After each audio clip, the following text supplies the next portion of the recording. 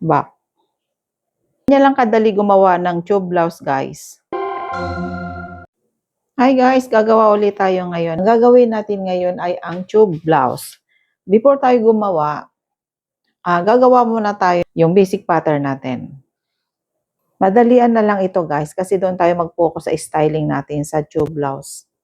Tulad ng dati, gawa muna tayo ng mga guhit. Kunin na natin ang shoulder line, neck opening, baba tayo ng 3. Then, sa slope, baba tayo ng 1.5 tulad ng dati. Connect. Neck opening. Then, kunin na natin agad ang armhole. 8. By the way, guys, itong ginagawa natin ay size small to ha.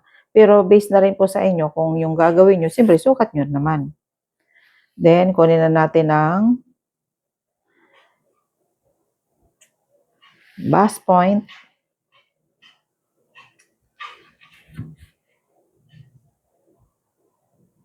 Guhitan na natin, guys. Para makuha natin yung sa armhole, siyempre kukunin natin ang sukat ng ating bust line. Ang bust line natin ay 8. Magdagdag tayo ng 1.5. Taas lang natin. Then sa lalim, pasok tayo ng 1 para sa guide natin sa armhole. Yan. Connect na natin ngayon, guys. Okay. Kunin natin ang front figure na uli. Front figure natin ay 15.5. Guhitan natin, guys. Para makuha natin yung ating, then kunin na natin ang sa waistline natin. 6, magdagdag tayo ng 1.5 para sa dart o sa tax. Then, connect natin, guys. Okay. Ngayon, kunin natin ang bust distance, 4.5. Okay. Connect natin. Then, baba tayo para sa ating dart. Baba tayo ng 1.5. Transfer natin ang dart. Yan, nagawa na natin. Ngayon, dito, magbababa tayo dito. Lampas siya ng pusod natin. Kaya magdadagdag tayo ng 4.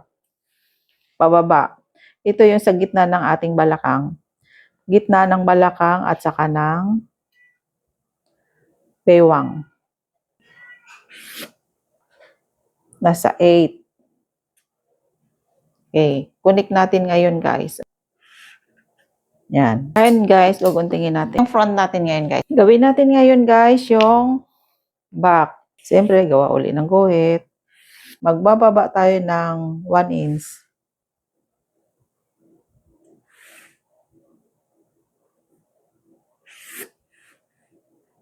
Kunin natin ang shoulder line, neck opening, then magbaba tayo ng 1.5. Connect natin sa side neck.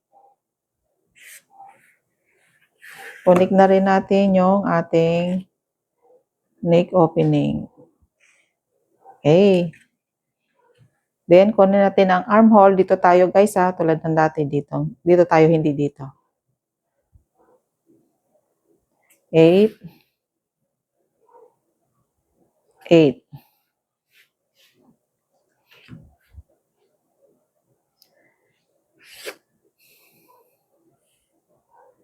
Then, bust point.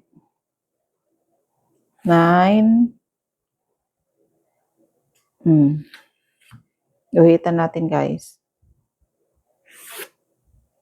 Kunin natin ang bust line. 8. Lipat natin dito. Then, kunin natin yung lalim ng armhole. 1.5.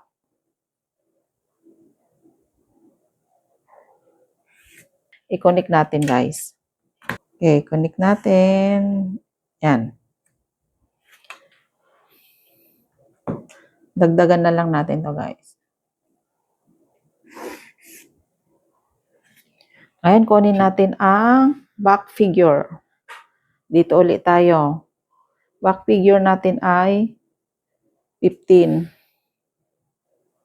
15. Connect natin. Then, kunin natin yung waistline. Dagdag tayo ng 1 inch. 1 inch lang guys ha. Kasi sa likod, medyo hindi naman malalim ang likod. Then, connect natin. Bust distance, 9, kalahati, 4 and a half. 4 and a half. Connect natin. Lipat natin yung dart.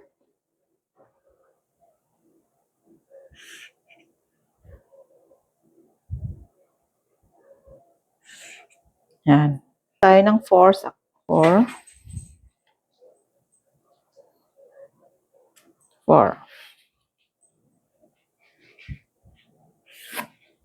Sukat natin sa hip, 8. Then, connect natin.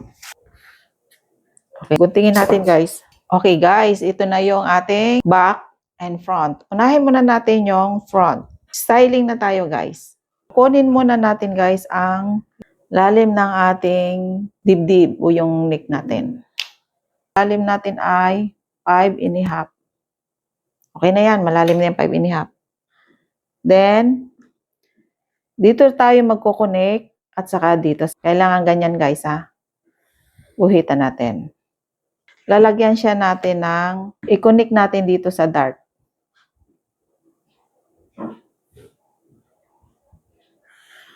Okay guys, ngayon na ilagay na natin, maglalagay tayo dito ng dart. Para kung mas malalim o may padding, okay na yang sabihin natin ay 1 inch, tigwa 1/2. Next dito sa may bandang kili-kili, maglalagay din tayo.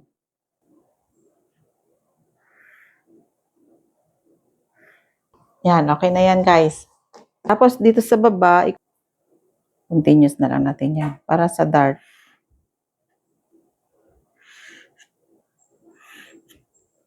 Okay. Guntingin natin guys. Ito na yung front natin guys. Next natin gagawin yung back. Dito tayo kukuha sa banda kili-kili. Magbababa tayo dyan sa may bandang likod. Kailangan malalim yun sa bandang likod. Hitan natin guys. Yan. Diretso na lang natin yan.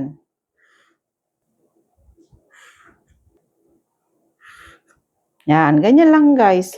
Then dito yung ating butones. Maglagay tayo ng bali 3 tsaka dito.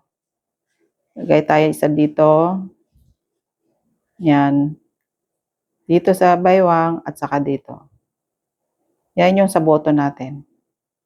Pag ginupit natin to sa tela guys, maglalagay tayo ng allowance.